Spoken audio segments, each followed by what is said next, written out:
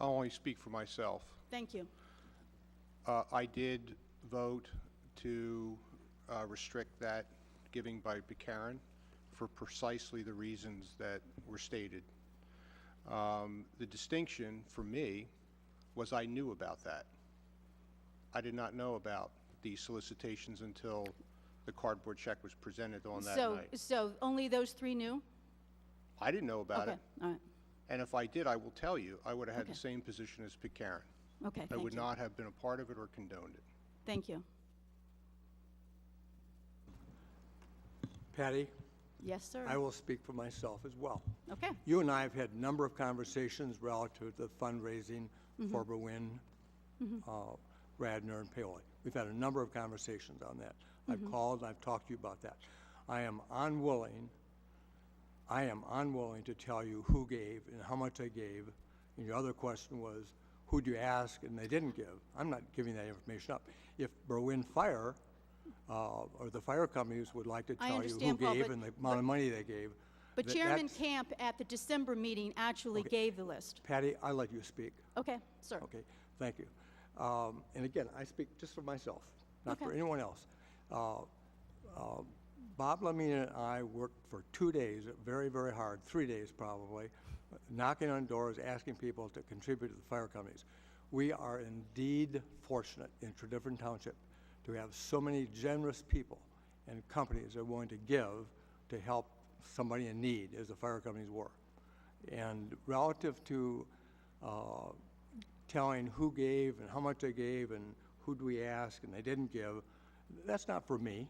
That's for Okay. me. If people want to raise their hand and say, Pattye, we gave $100 or we gave $25, That's that's fine. not for me to do that. I knocked on the door, I asked. Okay, thank you. Thank you. Thank you. But I guess I would have liked to have had the same ability to accept the $50,000 offer from Pitcairn as you were able to accept from Comcast. That's all. Thank you.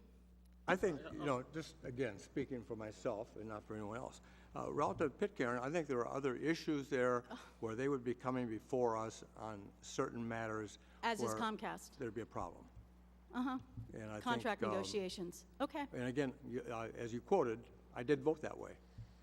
And I understand again, you I can't voted against Pitcairn. I understand you voted against Pitcairn in May 2008, but in December 2009, it was okay for the holiday fund drive. I understand what you did. I get it. Yeah, and I just, Thank you. if I may, just finish this. Pattye, you're a nice person, and you certainly have a right to stand up here and ask any questions you want. And I think that when you called me, I called you back. I didn't call you.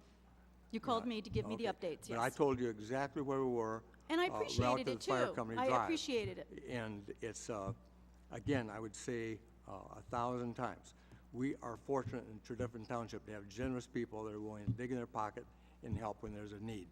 Thank you. To the quorum, I suppose. It would. Right? Anybody mind? Okay. No. It was the uncategorical, unequivocal advice of Mr. Hogan that we not accept the offer from Pitcairn. The offer that was made to me. Let me finish. To do land development work on our park. And I believe that the advice essentially centered around the fact that sitting Supervisor DiFilippo was then serving on the trust, which would have been a beneficiary of the land development, the foundation work that Pitcairn was offering. And if memory serves me, there was also an issue because then Supervisor DiFilippo had actually sat in on meetings with Pitcairn and members of our planning commission regarding Pitcairn's then pending land development application. We were very concerned. There's I think a case out of Haverford Township where there was a prosecution of a sitting supervisor who, when there was a land development applicant, that land development applicant made some sort of I think they purchased a fire truck, or they made some kind of a contribution to the township itself, and that would look like there was pay to play. You'll get your land development application granted if you give us something. And that man, I believe, was actually convicted in Delaware County Court of Common Pleas of a crime. So my recollection of the solicitor's advice to us was, you've got a sitting supervisor who's been involved in these land development discussions and sits on the trust, which is going to be a beneficiary of what Pitcairn, the land development applicant, is offering at the very same time. The difference that I see between what you just described... And Comcast. Let me finish. Well, Excuse me? What you just described. No, you excuse me. I'm talking. You already had your chance.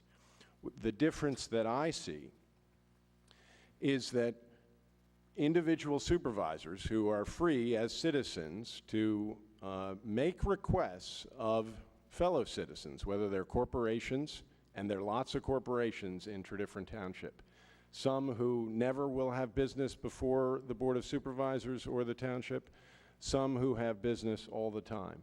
But nevertheless, there are corporations and individuals in the township who the fire companies and citizens who volunteer their time on behalf of the fire companies routinely solicit for funds. And my sense is that some of those companies include Comcast, Lammacher-Lane, Winbury's. My guess is that businesses are inundated with requests for charitable contributions. Not just by the fire companies. I'm sure the fire companies do it in a reasonable and sensible way, but it happens all the time. There should not be, it seems to me, some sort of a stop or a prohibition of any member of the Board of Supervisors acting as an individual to try to go out into our community to people that we know, and there are individuals on that list as well as local businesses, and ask them to fill a stated need from the fire companies. I mean, I remember distinctly the fire companies coming up to the microphone as individuals and as groups and saying to us, we have a need here. We have an ongoing need. We need long-term funding, in fact. And several members of the Board of Supervisors, though not the board acting as a group or acting as the township, went out and called some of their friends, called some people who were just strangers on the street, going door to door among the business community, and raised $25,000. It seems to me, although I suppose that Comcast is, and I didn't even know this at the time, that Comcast was negotiating. In November, Board of Supervisors. Let me finish. I did not know that. I'm sorry it was not on my mind, Ms. Benson.